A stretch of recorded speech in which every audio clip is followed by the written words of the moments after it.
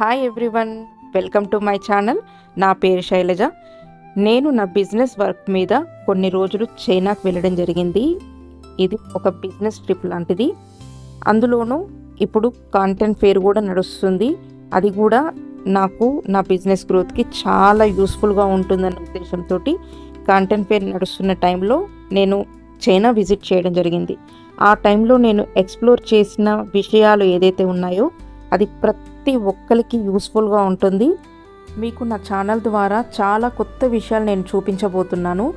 Mainly business వైజ్గా మీరు ఎవరైనా కొత్తగా బిజినెస్ చేయాలనుకున్నా, లేదంటే ఆల్రెడీ బిజినెస్లో ఉన్న వాళ్ళు ఎక్స్పోర్ట్ చేయాలనుకున్నా కానీ, లేదంటే గ్లోబల్ మార్కెట్ని అండర్స్టాండ్ చేసుకోవాలన్నా, మ్యానుఫ్యాక్చరింగ్ ఎలా జరుగుతుంది, ట్రేడింగ్ ఎలా జరుగుతుంది, ఇంకా చాలా విషయాలు, ఒకటి కాదు రెండు కాదు వందల కొద్ది విషయాలు నేను ఎక్స్ప్లోర్ చేసి ఈ ఛానల్లో నేను పెట్టడం జరుగుతుంది. కొత్తగా చూస్తున్న వాళ్ళు ఎవరైనా ఉంటే మాత్రం సబ్స్క్రైబ్ చేసుకోవడం మర్చిపోవద్దు. నేను హైదరాబాద్ నుంచి చైనా గాంజో సిటీకి ఫ్లైట్ బుక్ చేసుకోవడం జరిగింది. అయితే ఫ్లైట్ బుకింగ్ అనేది నేను ఎగ్జాక్ట్లీ 1 month ముందు చేసుకున్నాను. వీసా ప్రాసెస్ అదంతా కూడా అంతకంటే ముందు అట్లీస్ట్ ఒక 2 months ముందు నుంచి నేను ప్రాసెస్ స్టార్ట్ చేశాను అనమాట.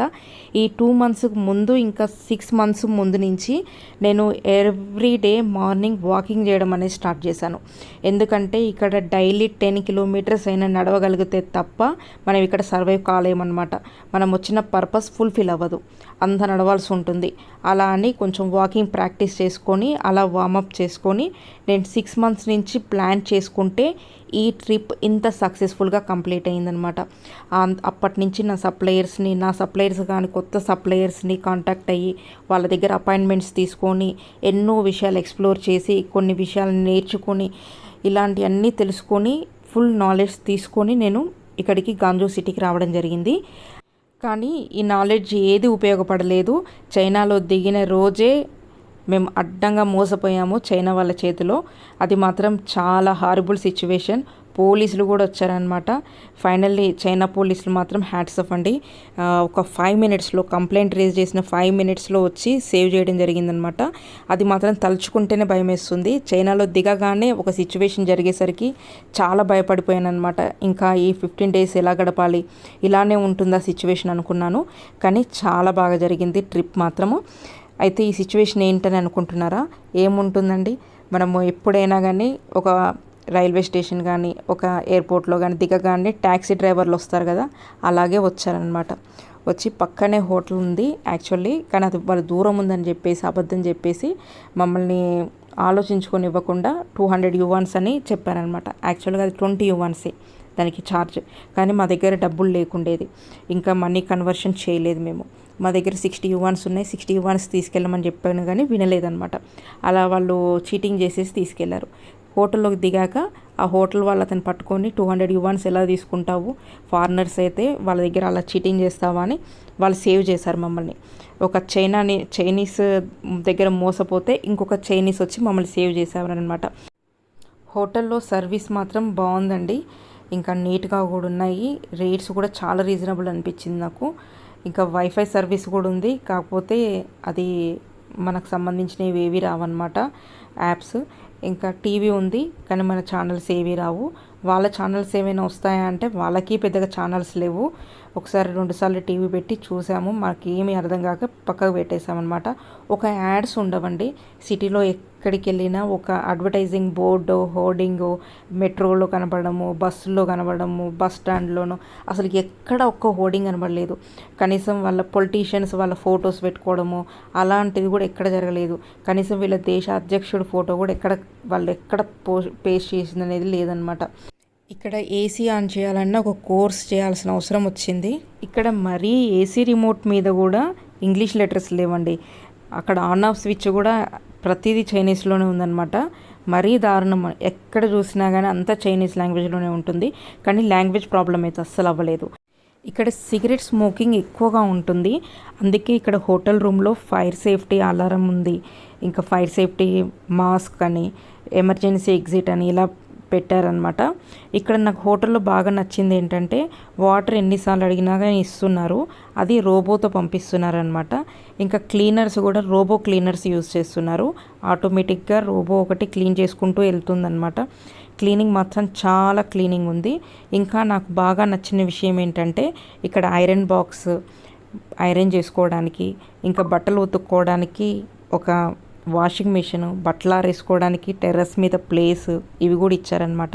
అందుకే ఖాళీ చేయకుండా 15 days ఒకే హోటల్లో ఉన్నాము. ఇక్కడ నియర్ బైలో మన ఇండియన్ ఫుడ్ కూడా దొరికిందనమాట. మనకి ఇంకేం కావాలండి, మన ఫుడ్ మనకు దొరికిన తర్వాత ఇంకా మనం ఎక్కడికి వెళ్ళాం కదా. కాకపోతే ఒక ప్రాబ్లం ఏమైందంటే, నేను ఉన్నది ఎయిర్పోర్ట్ దగ్గర, నేను వెళ్ళాల్సిన ప్లేస్ సిటీ సెంటర్లోకి అనమాట. ఇది నియర్లీ 50 kilometers. కానీ ఆ 50 kilometers నేను వెళ్ళడానికి ప్రతిరోజు మేము మెట్రోలో వెళ్ళేవాళ్ళం. ఈ మెట్రోలో మేము తెలుసుకునే విషయాలు, చాలా విషయాలు తెలుసుకున్నాం అనమాట. అది చాలా మన మంచికే జరిగింది. ఒక ట్యాక్సీ తీసుకొని ఇక్కడ ఎక్కేసి ఒక దగ్గర దిగామనుకోండి, మనకి ఏ నాలెడ్జ్ రాదు. అయితే మేము ఏదైతే మెట్రోస్ యూజ్ చేసామో అక్కడ చాలామందిని మీట్ అవ్వడం జరిగింది, చాలామంది కలిశారు. ఈవెన్ చైనీస్లో కూడా మేము, మాకు ఆ ఫ్యాక్టరీ ఉంది, మేము ఇది డీల్ చేస్తాము, మేము షిప్పింగ్ ఫార్వర్డ్, నేను షిప్పింగ్ చేస్తాను, ఇలా అని చాలామంది పరిచయాలు అయ్యారు అనమాట. మనం వెళ్ళిన డెస్టినేషన్ అలాంటి ప్లేస్ కాబట్టి అక్కడ ఎక్కిన వాళ్ళందరూ అలాంటి వాళ్ళే, అదే ఈవెంట్కి వచ్చిన వాళ్ళు అయ్యి ఉండడము, అలా ఉండడం వల్ల మనకు బాగా ఫ్లెచింగ్ అయిందనమాట. ఇంకా బడ్జెట్లో కూడా ట్రావెలింగ్ అయ్యింది. ఒక సిటీలో ఎలా అంటే మన హైదరాబాద్లో ఎక్కడికంటే అక్కడికి ఎలా తిరుగుతామో అలా మేము చైనాలో గాంజో సిటీ మొత్తము తిరగడము అలవాటు అయిపోయిందనమాట. ఫస్ట్ చైనాకి వెళ్ళినప్పుడు నేను వెళ్ళే సిటీ నేమ్, గాంజో సిటీ నేమ్ కూడా నాకు నోరు తిరగలేదు. ఇప్పుడు అన్ని ఏరియాస్ నేమ్స్ కూడా నేను చెప్పగలుగుతున్నాను, అలా నాలెడ్జ్ వచ్చేసింది. ఇంకా ఇక్కడ లోకల్ మార్కెట్స్ మాత్రం చాలా తిరిగాము.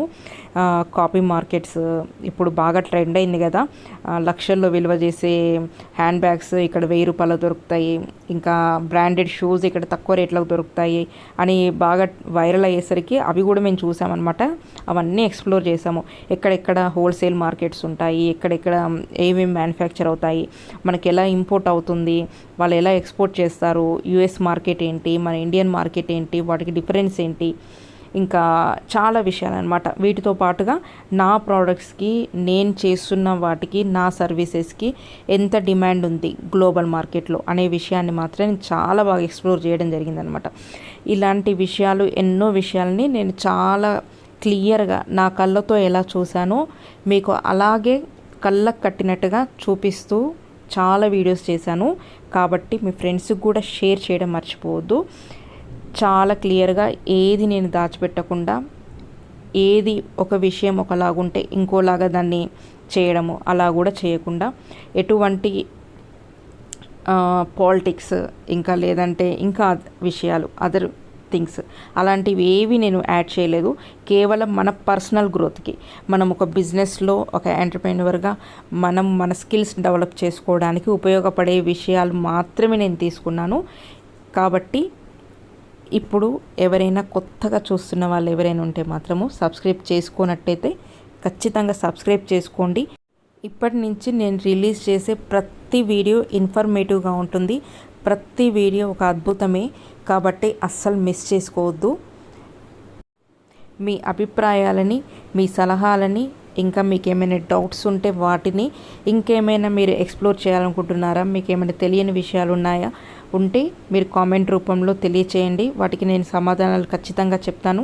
ఇంకేమైనా ఇంప్రూవ్మెంట్స్ ఉంటే అవి కూడా చెప్పండి, నేను ఖచ్చితంగా ఇంప్రూవ్ చేసుకోవడానికి కూడా ట్రై చేస్తాను. ఇంకేమైనా విషయాలు తెలియకపోతే కూడా మీకు తెలియచెప్పడానికి ట్రై చేస్తాను. Thank you for watching. Thank you.